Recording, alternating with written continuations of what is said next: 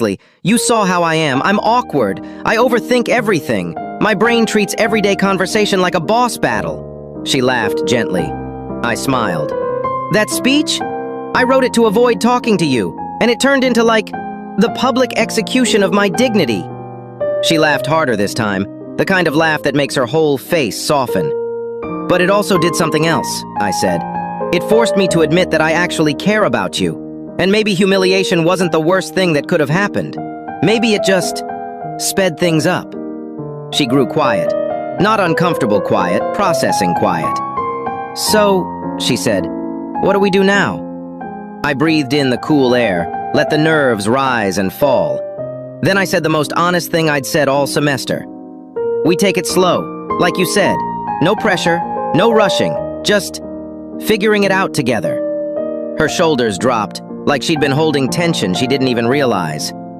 Yeah, she whispered. I'd like that. We sat there under the premature spring blossoms, letting the silence stretch in a comfortable way. A few students walked by, laughing loudly, but it felt like we were in our own little bubble. Then, very carefully, she rested her head on my shoulder. I froze for half a second because I'm me, but then I relaxed. Her voice was quiet. You know, for someone who once fainted during a speech, you're surprisingly good at being honest. I didn't faint. You spiritually fainted. Fair. She laughed again and something warm settled in my chest. Not adrenaline, not panic, just warmth.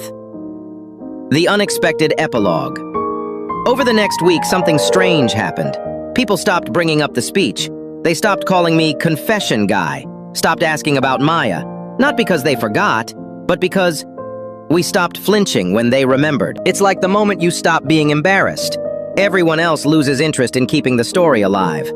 We walked together more often, studied in the same spots, shared earbuds, shared silence, shared warmth. Nothing dramatic, nothing movie-like, just slow, natural, kind.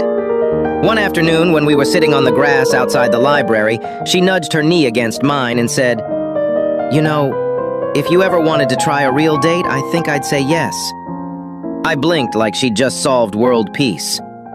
"A real date," I said softly. "Yeah. No speeches, no projectors, no public confessions."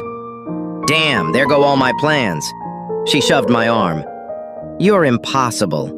But she was smiling. I cleared my throat, heart thumping but steady. "Okay then, how about Friday? Coffee? And maybe the bookstore downtown?" She nodded, shy in a way I'd never seen before. "I'd like that." And I realized